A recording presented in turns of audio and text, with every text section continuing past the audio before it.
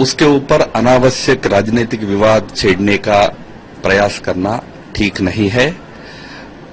मुझे लगता है कि मंत्री जी ने एक पार्टी का स्टेटेड पोजीशन को ही दोहराया था और समय आने पर इन सारे मुद्दों पर बहस हो सकती है। बहस को लेकर किसी को आपत्ति नहीं होना चाहिए, पर मंत्री जी के बयान को अनावश्यक राजनीतिक विवाद बनाने का जो प्रयास हो रहा है वो ठीक नहीं है। आर्टिकल 370 को आप तब तक हटा नहीं सकते जब तक कि आप कॉन्स्टिट्यूएंट असेंबली जो है उसको नए सिरे से कायम नहीं करते हैं। कॉन्स्टिट्यूएंट असेंबली ने जम्मू कश्मीर का जो हिंदुस्तान के साथ इल्हाक हुआ उसको जो है मंजूरी दी। अगर आप नए सिरे से इस सवाल को खोलना चाहते हैं तो बिस्मिल्लाह करके लाइए ना कॉन्स्टिट्यूएंट असेंबली, हम भी आपसे बात करेंगे। लेकिन जहां पे आप मतलब हमारे रिश्तों को और ज्यादा मजबूत करना चाहते हैं, ये मजबूत करने का तरीका नहीं है, ये यहां के लोगों को और ज्यादा दूर धकेलने का तरीका है, जो कि आप खुद बहुत जल्दी समझ जाएंगे। आपके जहन में ये सवाल उठ रहा होगा कि आखिरकार इस वक्त ऐसे विवाद की जरूरत थी क्या, और अगर ये शुरू हुआ है तो वजह क्या है, आखिर क्या है धारा 370। 3 विषय हैं जिस बारे में फैसला केंद्र ले सकता है। बाकी धारा 370 यही कहता है कि सारे फैसले जम्मू कश्मीर के लिए जम्मू कश्मीर की सरकार ही लेगी। और कहा यही जाता है कि चाहे वो बात रक्षा की हो, चाहे वो बात विदेशी मामले की हो, विदेशों से संबंध की हो, और चाहे बात संचार की हो, ये तीनों ऐसे विषय होंगे जिसे केंद्र द्वारा निर्धारित किया जाएगा जम्मू कश्मीर के मामले में, और बाकी सभी विषयों पर जम्मू कश्मीर सरकार की ही चलेगी। अब इसे खत्म करने की जरूरत है क्या, क्योंकि ये टेम्पररी तौर पर लाया गया था संविधान में, ऐसा कहना है पंडित जवाहरलाल नेहरू का। यह बात बार बार बीजेपी की तरफ से आ रहा है। लेकिन आखिरकार जब ये विवाद शुरू हुआ तो क्यों हुआ, और इसकी आवश्यकता थी क्या, और क्या इस बात की संभावना है कि आने वाले दिनों में खत्म हो सकता है ये विवाद? जी नहीं, बिल्कुल नहीं है। लेकिन शुरू कैसे हुआ? प्रधानमंत्री कार्यालय में राज्य मंत्री जितेंद्र सिंह नए राज्य मंत्री बने हैं और उन्होंने ये बयान दे दिया मंगलवार को, जिसे आपको हम सुनवाते हैं।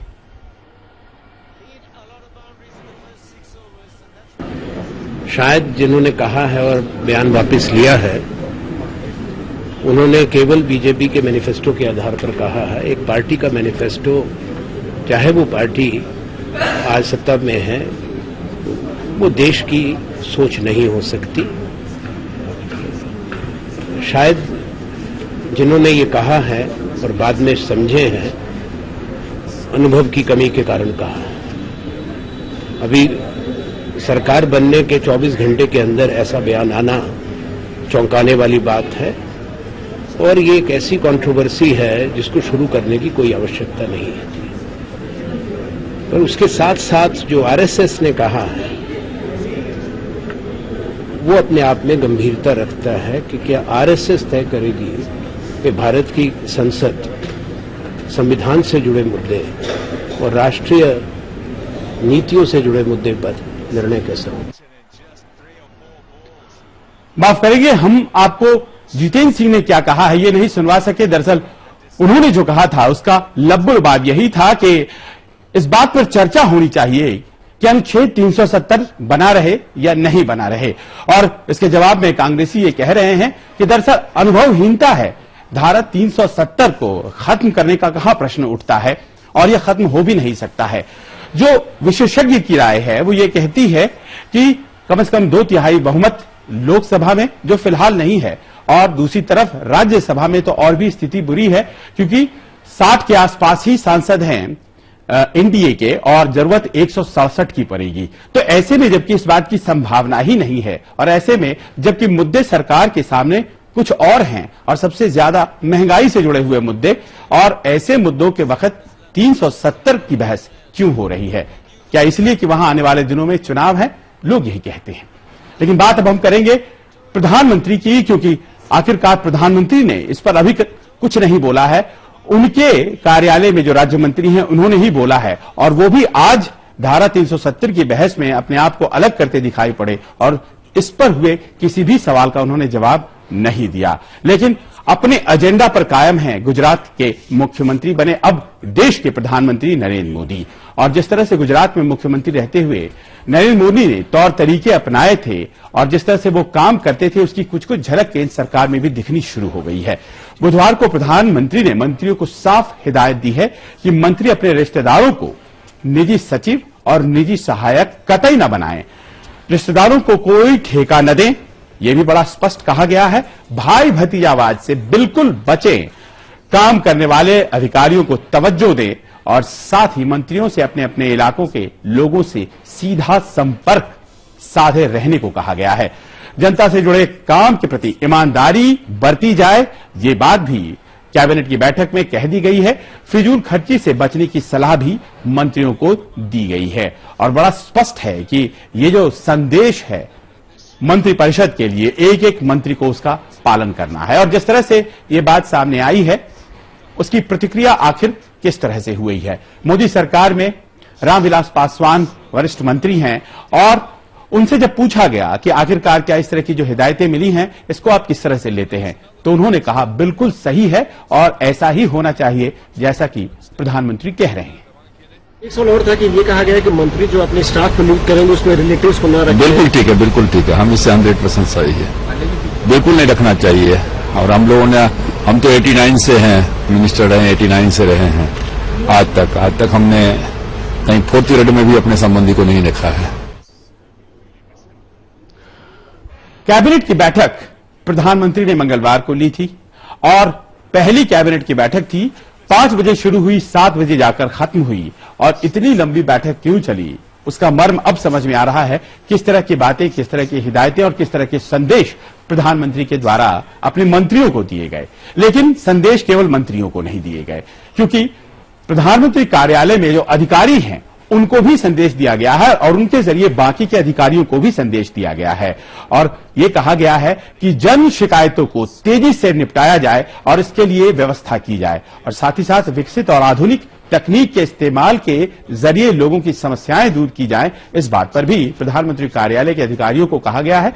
प्रधानमंत्री ने कहा है कि पिछले कुछ दशकों में पीएमओ एक महत्वपूर्ण संस्था के तौर पर उभरा है। प्रधानमंत्री कार्यालय एक महत्वपूर्ण संस्था के तौर पर उभरा है और यहां अपनाई जाने वाली जो प्रक्रियाएं हैं उन्हें और बेहतर और सबों से आगे रखने की जरूरत है। इस दौरान नरेंद्र मोदी ने अधिकारियों को राज्यों की ओर से उठाई जाने वाली समस्याओं पर भी प्राथमिकता और गंभीरता से गौर करने की जरूरत पर बल दिया है। एक राज्य के मुख्यमंत्री के जरिए अपने आप को मजबूत करते हुए राजनीतिक तौर पर वो देश के प्रधानमंत्री बने हैं और इसीलिए उनका ये कहना। और साथ ही साथ नरेंद्र मोदी ने टीम वर्क पर जोर दिया और सुशासन के लिए अफसरों को उनसे बेझिझक बातचीत करने की सलाह भी दी है। और सबसे बड़ा मंत्र जो दिया गया है वो ये दिया गया है कि एक मजबूत भारत तभी बनेगा जब उसके राज्य मजबूत होंगे और इसीलिए जो शिकायतें राज्य की हैं उनसे तुरंत दूर किया जाए। और इस तरह से एक संदेश राज्यों को दिया जा रहा है, उनके मुख्यमंत्रियों को दिया जा रहा है। ये दूसरा दिन और पहले दिन मंत्रियों को संदेश, दूसरे दिन आज अफसरों को संदेश। कुछ नियुक्तियां भी शुरू हो गई हैं और पहला अध्यादेश मोदी सरकार का क्या है? पहला अध्यादेश telecom regulatory authority of India, ये जो कानून है उसके कानून को बदलने के लिए, क्योंकि इसके पूर्व चेयरमैन नृपेंद्र मिश्र आज प्रधानमंत्री के प्रिंसिपल सेक्रेटरी नियुक्त कर लिए गए हैं। और जो नियम है वो ये कहता था कि नृपेंद्र मिश्र नहीं हो सकते हैं प्रधानमंत्री के प्रधान सचिव, क्योंकि उन्होंने telecom regulatory authority of India यानी कि ट्राई के चेयरमैन के पद से 2009 में वो सेवानिवृत्त हुए थे। और ट्राई के नियमों के मुताबिक रिटायरमेंट के 2 साल बाद तक ट्राई के चेयरमैन कोई नया पद नहीं ले सकते हैं प्राइवेट सेक्टर में, और गवर्नमेंट सेक्टर में तो वो कभी नहीं ले सकते हैं। लेकिन मोदी सरकार ने अध्यादेश लाकर इस नियम को पलट दिया है। अब सांसद सत्र के दौरान इस पर सरकारी मुहर लगाई जाएगी। फिलहाल सरकार ने ट्राई के कानून को बदलने के लिए अध्यादेश लाकर राष्ट्रपति के पास भेज दिया है और इसमें मुहर भी लग गई है और कह दिया गया है कि अब कोई भी व्यक्ति जो TRAI यानी कि telecom regulatory authority of India का चेयरमैन रहा है वो सरकारी सेवा में फिर से आ सकता है और ऐसा नहीं है कि वो कभी नहीं आ सकता है। ये नियम जो 2007 के बने थे उसे पलट दिया गया है। और यहां यह भी आपको बताना जरूरी है कि नृपेंद्र मिश्र वही वरिष्ठ अधिकारी हैं जिन्होंने ये बात कहा था कि 2G स्पेक्ट्रम की नीलामी होनी चाहिए।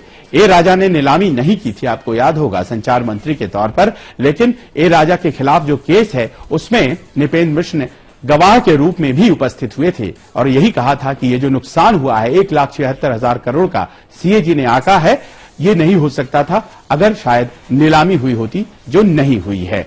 और क्या कहीं, ये उसी का पारितोषिक तो नहीं है, ऐसा कुछ लोग जरूर मानेंगे। लेकिन कांग्रेस पार्टी ने मोदी सरकार के इस फैसले पर जाहिर तौर पर सवाल उठाया कि आखिरकार आप नियमों को बदलकर अपने मनपसंद अधिकारी को दोबारा से वापस काम पे लगा रहे हैं, तो कहीं ये पारितोषिक तो नहीं दे रहे हैं, और इस तरह से क्या ये लोकतंत्र के लिए उचित है?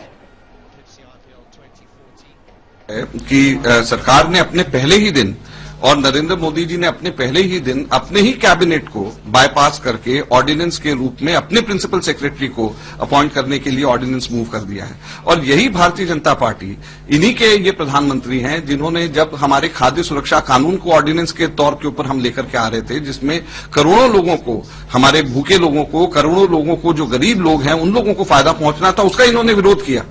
वही ये भारतीय जनता पार्टी है, जबकि जब हम लोग करप्शन के अगेंस्ट ऑर्डिनेंस लेकर के आ रहे थे उन्होंने विरोध किया उसका। आज केवल एक व्यक्ति को अपॉइंट करने के लिए अपने पहले ही दिन ऑर्डिनेंस को लेकर के आए, मेरे ख्याल से निंदनीय है और ये बताता है कि आगे भविष्य में किस प्रकार से ये लोकतंत्र के अलग अलग मर्यादाओं को कुचल करके शासन करने में विश्वास रखते हैं। भूमिका बदल गई है तो जाहिर तौर पर कांग्रेस विपक्ष की भूमिका में और विरोध कर रही है कि आखिरकार इस काम के लिए आप अध्यादेश ला रहे हैं, हमारे काम जो जनकल्याण के लिए थे उसके लिए अध्यादेश लाने का आपने विरोध किया था। और एनडीए सरकार में आपको याद होगा ब्रजेश मिश्रा हुआ करते थे और कहा यह जाता था कि सरकार उनके ही आसपास घूमती है। यहां नृपेंद्र मिश्रा आ गए हैं। अब देखना यह है कि क्या इनकी भी भूमिका उतनी ही कद्दावर होती है या फिर मोदी जी अपने आप को उतना ही सबल साबित करते हैं जितना कि गुजरात में अपने आप को मुख्यमंत्री के तौर पर उन्होंने किया है। पहली नियुक्ति नृपेंद्र मिश्र की, लेकिन कार्यभार संभालने के दूसरे दिन दूसरी नियुक्ति भी की गई। मुकुल रोहतगी अब अटॉर्नी जनरल देश के होंगे और उन्हें नियुक्त किया गया है। वरिष्ठ अधिवक्ता सुप्रीम कोर्ट के मुकुल रोहतगी और उन्हें अटॉर्नी जनरल नियुक्त किया गया है। यह दूसरी नियुक्ति मोदी सरकार के द्वारा की गई है। गुलाम वानावती ने अपना इस्तीफा दे दिया और उसके बाद नई नियुक्ति मुकुल रोहतगी की। जहां तक प्राथमिकता का सवाल है, सबसे अहम सवाल ये है और अहम मुद्दा सबसे ये है कि सुप्रीम कोर्ट में जो सरकारी लिटिगेशन और मुकदमेबाजी है उसको किसी तरह से स्ट्रीमलाइन करा जाए, क्योंकि सरकार कम से कम 50% या 40% जो लिटिगेशन है वो सरकार की होती है, चाहे बैंक्स की हो चाहे पीएसयू की हो। सबसे पहले ये देखा जाए कि भाई सारी बेकार लिटिगेशन सुप्रीम कोर्ट तक ना लाई जाए सरकार के तौर से, पहले ही फैसले किए जाए, चाहे ब्यूरोक्रेसी में हो या फैसले एजी के ऑफिस में आए कि इसमें अपील करनी है या नहीं करनी है, उसका फैसला अटॉर्नी जनरल या उसका ऑफिस ले, और जो बेकार मुकदमे हैं, छोटे मुकदमे हैं, यूजलेस मुकदमे हैं, वो दायर ही न किए जाए। शुरुआती दोनों दिन जिस तरह से लगातार अपने आप को काम में बिजी रखा है नरेंद्र मोदी ने, स्पष्ट है कि उनकी मंशा क्या है, लगातार अपने आप को काम में संलग्न रखना और विवादों से बचते रहना। हालांकि विवाद क्या पीछा छोड़ेंगे। स्मृति ईरानी का जो मामला सामने आया है, मानव संसाधन विकास मंत्री, वो अपने आप में दिलचस्प है, क्योंकि कहीं ना कहीं ऐसा लग रहा है कि अगर कांग्रेस की खिसियाहट है और अगर इस खिसियाहट को वो बयानों में ढालकर सामने ला रही है तो कहीं ना कहीं कोई न कोई समस्या तो स्मृति ईरानी की तरफ से भी है। उन्होंने अभी तक कुछ नहीं बोला है। एक विराम के बाद लौटते हैं और आपको तफसील से वो पूरी कहानी बताते हैं।